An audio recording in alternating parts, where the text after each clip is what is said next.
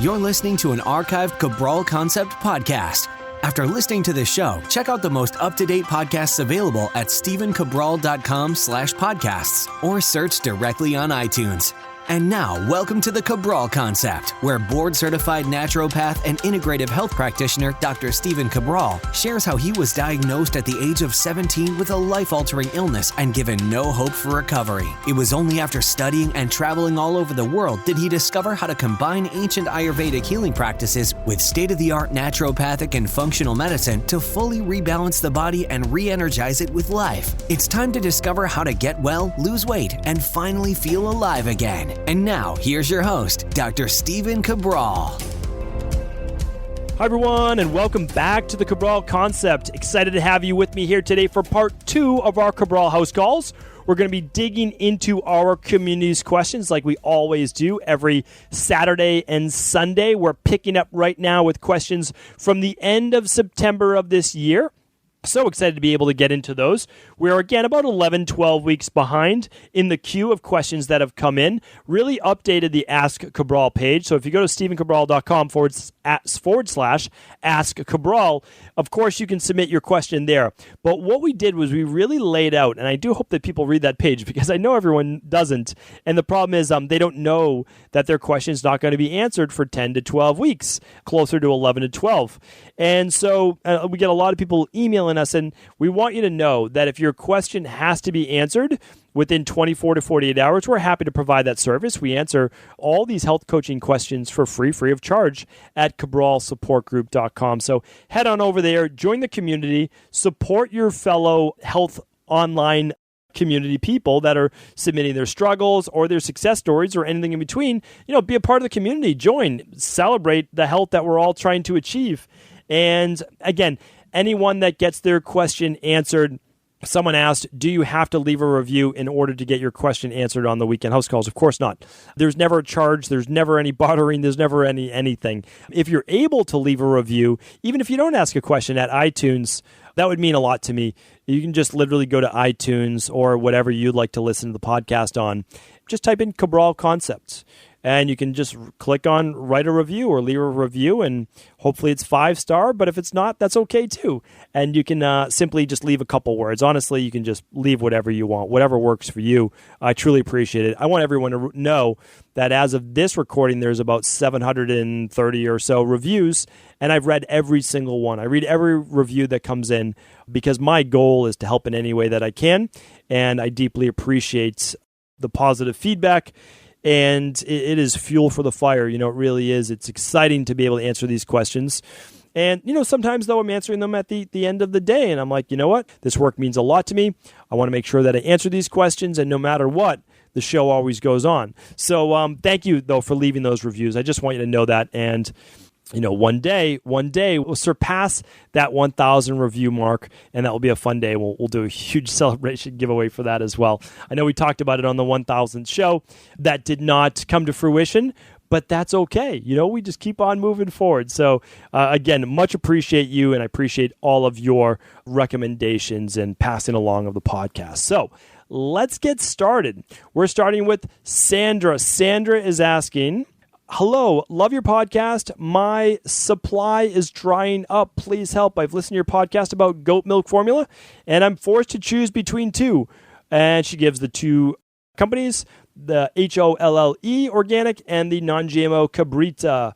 Should I choose the organic one because it's non-organic and has pesticides? Here are the ingredients for both. You said to stay away from palm oil. Seems like every goat milk has palm oil. Baby Only is the only brand with my daughter. Is taurine ingredient I should avoid? What about palm kernel oil, sunflower seed oil? Yeah, this is a great question, Sandra, and I have answered this as well, and actually have recommended the Kabrita before because it's one of the easiest ones to get to. So here's the issue, is that you're not going to find a perfect ready-made formula. I've recommended the Weston Price one that you have to make yourself before, which is using cod liver oil, and it's using raw goat milk, and it's fortifying it with other vitamins. Now, you can do that.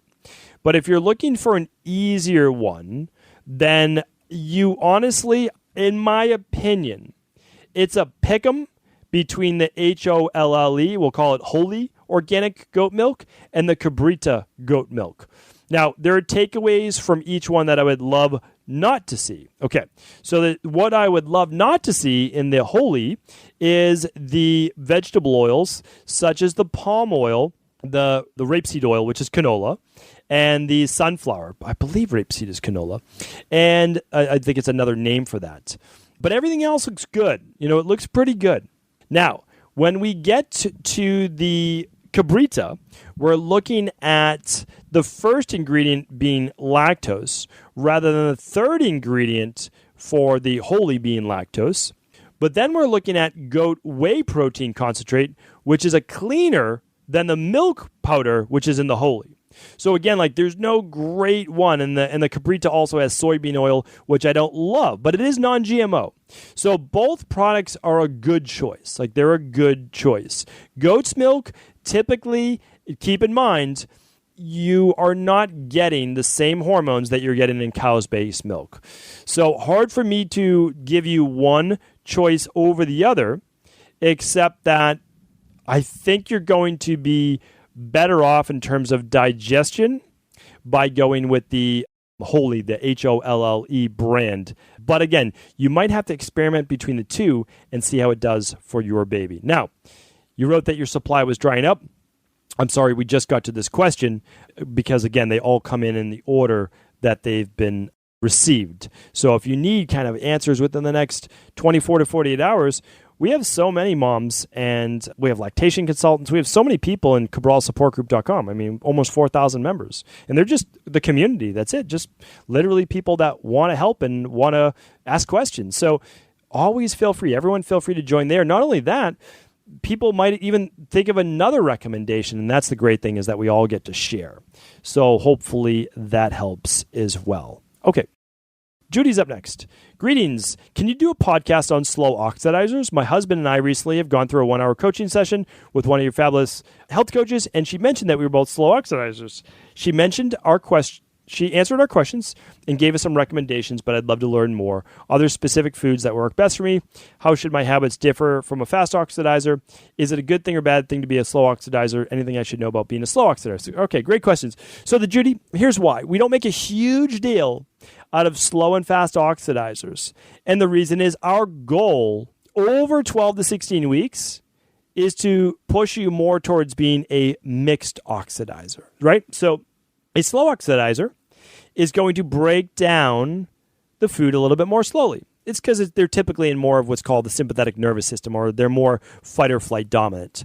So a lot of the go people are more slow oxidizers. Now, it doesn't really make sense, right? Because of Vata, you think they have a really fast metabolism, and they do, right? They do.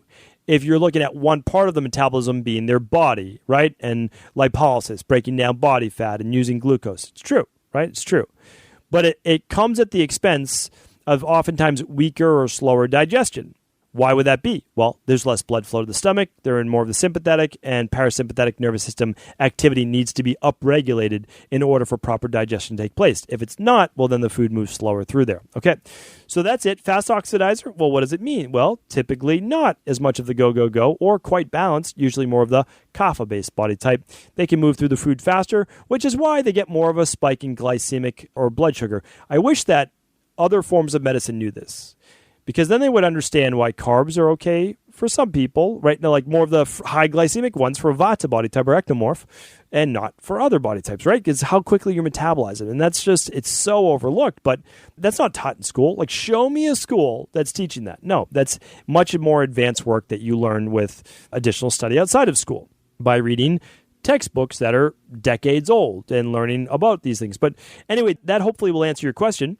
A slow oxidizer also does better with easier to digest food, less raw food typically, or big salads, right? Because it's going to take a little bit longer, less heavy meats, but maybe more fish, or instead of just having beans, they might do a black bean dip or a black bean soup because it's already been easily broken down. So easier to digest food, smoothies, all that work great. All right, Judy, hopefully that answered your question, and we don't even have to do a whole podcast now.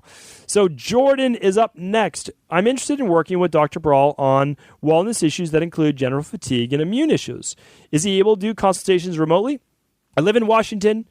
Also, will you be able to bill insurance or provide me with forms to submit to my insurance company? So my team and I are happy to be able to work with anyone, anywhere in the world. You name it, we've worked most likely on that continent and even country, I would say now, except for Antarctica. I'm still waiting for that phone call or email to come in from Antarctica that I joke around about for the past 3 years. But yes, 90% of our practice is actually remote through Skype. Only 10% is in Boston now. We have people fly in from all over to come to Boston, but we have a small concierge now practice that we absolutely love instead of a huge wellness center, which I love too. Don't get me wrong, I love both. But for the most part, it's all virtual. So yes, you can do that. Do we bill insurance? We do not bill insurance. We do not play the health insurance game. We do not live by the health insurance regulations. What we do is we practice true integrative health, and that is not covered by insurance. So can we provide you with forms? Well, we can provide you with receipts and invoices that you can then send to your insurance company. But since we're not diagnosing and we're not treating or curing disease, there are no ICD-9 or ICD-4 codes to submit. Having said that, a lot of people have submitted it on their own and got it covered through their Flex Spend and other accounts like that. So I can't promise that, but that's certainly something that you could do on your own. All right, Carter, and to apply, simply go to, the easiest way is honestly just to email support@stephencabral.com, and they'll take good care of you. Carter is up next. Okay, hi, Stephen. I love everything you do. I have a cousin with very bad dystonia.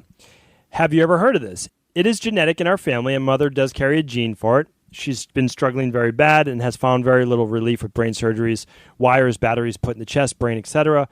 He would be willing to try anything and supports alternative medicine 100%, so please offer any suggestions. That would be greatly appreciated. Thanks again. Much love, everyone on the Cabral team. Thank you, Carter.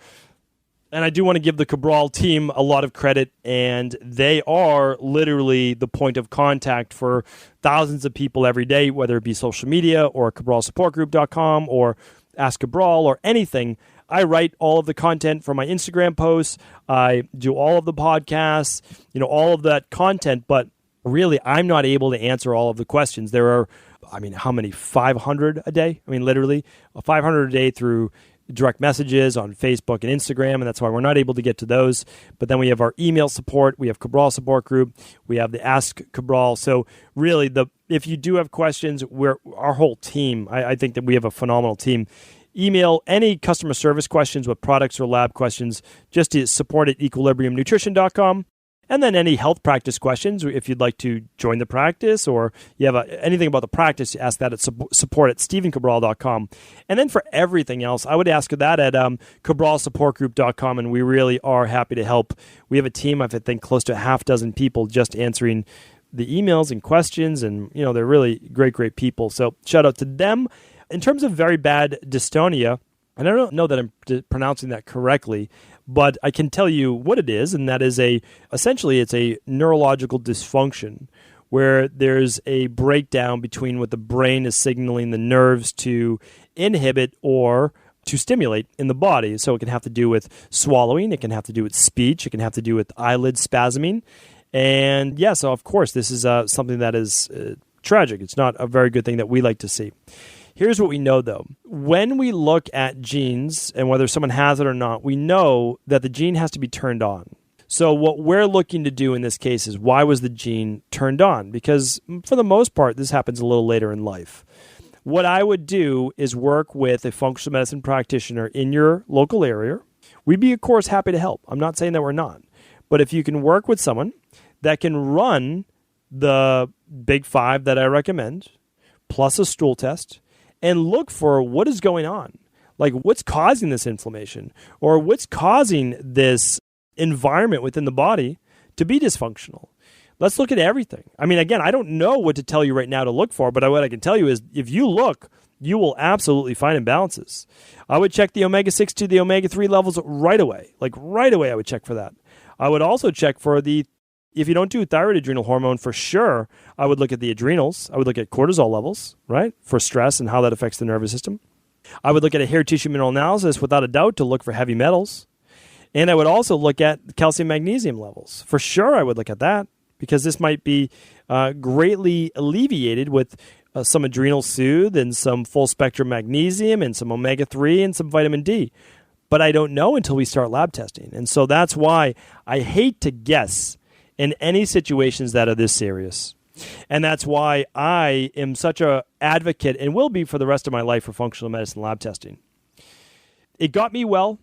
No one had any idea where to look. No, none of my PCPs and specialists, all the best in the world, right? They had no idea how to get me well until I met a functional medicine practitioner that taught me about this functional medicine lab testing, and I ran these on my own. You're getting literally the same test that I did 20 years ago, and it worked because I then knew what to correct, because you don't know what to correct with any disease, not just the dystonia, with rheumatoid arthritis. And when I had Addison's, like all these things. Now we know about Addison's more, but not so much, in the late 90s, that's for sure. All right, Carter, I hope that you get the help that you need for your family. So Stacy's up next. Hi, Dr. Cabral. I was wondering if you could do an episode on lupus if possible. My husband had lupus and it affects his skin only. He breaks out in rashes and exposed to too much sun. Pretty well confined to his back. He's 41 and it presented his mid-30s. He does take an anti-malarial medication to help control it. If there are any dietary changes, could it help better control this? Any advice would be appreciated. So, Stacey, I actually have done a few shows on house calls about lupus, and I do invite you to go back and tune into those. So please do go back and just type in LUPUS and check out the previous house calls on that. I talk about it from an autoimmune perspective. I talk about how all autoimmunes, at least 90%, originate with some type of gut-based dysfunction and intestinal permeability. So if you're looking to get the bottom of it, I couldn't recommend enough doing the organic acids test and stool test, as well as an IgG food sensitivity. On top of that, the omega-3. And then, of course, if you can run the hair tissue mineral analysis and thyroid adrenal hormone, I'd recommend that too, because a lot of people with lupus have low vitamin D as well. Same with fibromyalgia. So, again, when in doubt, I'd love you to run the big 5 plus the stool. But if you can't, well, we have to do something, right? We can't do nothing. And we've just seen so many people heal from lupus that my highest recommendation is look to the gut first. If you can only do a couple labs, organic acids test and stool test, without a doubt, hands down. If you can only run one, I'm doing the organic acids test. If you can do 2, the stool, and if you can do 3, I'm doing the hair tissue mineral analysis with that. All right, that's where to start. Zoe's up next. Dr. Ball, I just listened to your podcast on keto and wanted to confirm that everything you have warned about has happened to me. This was on episode 965. I did this podcast on keto. I'm highly stressed. I operate 100 miles an hour and pride myself on efficiency rather than moderation. Started exercising with a personal trainer 3 times a week. Lots of exercise. Undertook some fasting, sometimes 60-hour water fasts, and realized that I started wasting my muscles, meaning losing muscle. Long story short, I think I've destroyed my adrenals and my thyroid. And informed by my GP that my thyroid was borderline underactive. And I never took any medication. I'm now introducing more carbs. I've made my mistakes with surviving on a keto diet with long periods of fasting just in the nick of time. I'm thankful for your insight, which helped me come to the conclusion, albeit slower than I should have. Quick question though, do you think fasting for any longer than overnight for 12 hours is helpful or advisable for someone in my situation? That is a high cortisol, adrenal fatigued female in her early 30s. I love the effect that fasting had on clearing my brain fog and an almost spiritual feeling after the 36-hour period, but I'm now afraid to do anything to further wreck my fragile adrenals. Second, and it may be unrelated, could you do a podcast on menopause? My mother is suffering extensively with effects including low estrogen, feelings of anger, uncontrolled emotion, vaginal dryness. Thank you for being an incredible contributor to this world. Thanks, Zoe. I appreciate that. I'd be happy to do a show on menopause. But to be honest, you could just go and type in estrogen dominance at stephencabral.com/podcast, and you would get most of the recommendations that I would make anyways. So I would go to stephencabral.com/podcast and type in estrogen dominance so you can get started right away, because it might be a month or 2 before I do one on menopause. Okay, so let's talk about the fasting. I am an advocate of overnight 12-hour fast every day. Every 6 to 12 weeks, I recommend a 2 to 3 day fast. I do the Dr. Ball Detox. Most people in our community do the Dr. Ball Detox, which is a 2.5 day fast. It's basically a liquid fast, just getting enough nutrients to ramp up phase 1 and phase 2 liver detox so that you don't have a lot of Herxheimer-based reactions. You give your body the nutrients that it needs, just enough. And then once a year, you could do even a longer fast if you chose to. However, in your situation, I would not recommend a longer fast yet until we tell your body that it's no longer in a survival-based state. let's do the 12 hours. One of the reasons why you can feel a little bit of that clear-headedness is that you may have digestive-based issues, so that when you eat, you actually get a little bit more of the sluggishness or brain fog. Couldn't recommend enough the organic acids test, without a doubt. Okay, just let's make sure there's nothing going on down there, because that could be it. But that's it. But then after, 12 weeks on an adrenal-based protocol, you should have done a lot of healing. So after that, then we'll go more for the 24-hour, like I do it on Monday, oftentimes 3 out of 4 Mondays a month, not every Monday, but 3 out of 4 weeks. I'll do typically a 6 p.m. the night before to a 6 p.m. I still have dinner. Let's just say I go through Sunday, normal meals, and then I don't eat Monday until dinner, and then I have dinner with my family. That's the next step for you. And it doesn't have to be weekly, but it could be, maybe like once a month you start with that, then bi-weekly, and then weekly. So Zoe, hopefully that helps. And, excited to hear that you're off the chronic keto train, because remember, I'm not against a couple weeks of it. I'm just against chronic. I work as a clinician, which means there's a big difference between the health gurus out there that don't see anybody in practice. And again, no offense to them. It's just, they're just going by a couple research studies that they see, it should be great for this. But the truth is, you need to look at things in the real world. And you see that these things are just not working for people in the long term.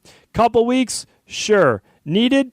Not necessary, but I'm okay with it. And we do low carb for 3 weeks. I've talked about that with the Dr. Ball detox for the 21 day, and then we ramp back up the carbs gently. That's it. It works better than anything else. It's fantastic. Remember, if there was something that worked better, I would be doing it. You have to understand that about me is that I have no allegiance to any supplement, lab, protocol, anything. My only allegiance is to the truth, and it's to helping and serving people in a safe way. There are things that I could do that would get you very fast results that would leave you even more sick or unable to lose weight in the long run. I'm unwilling to do that. Someone else is willing to do that for you. That person will never be me. My goal is everything that I give you right now, I know works.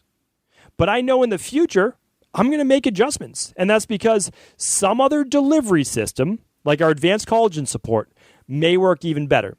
So the collagen I recommended 2 years ago wasn't bad, but it's different than the collagen I recommend today.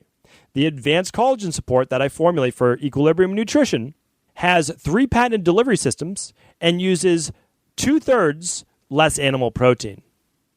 And because of that, there's less of an IGF response, there's less of a histamine response, there's less of a gut-based response, but there's more absorption, and you get just as good results, if not better.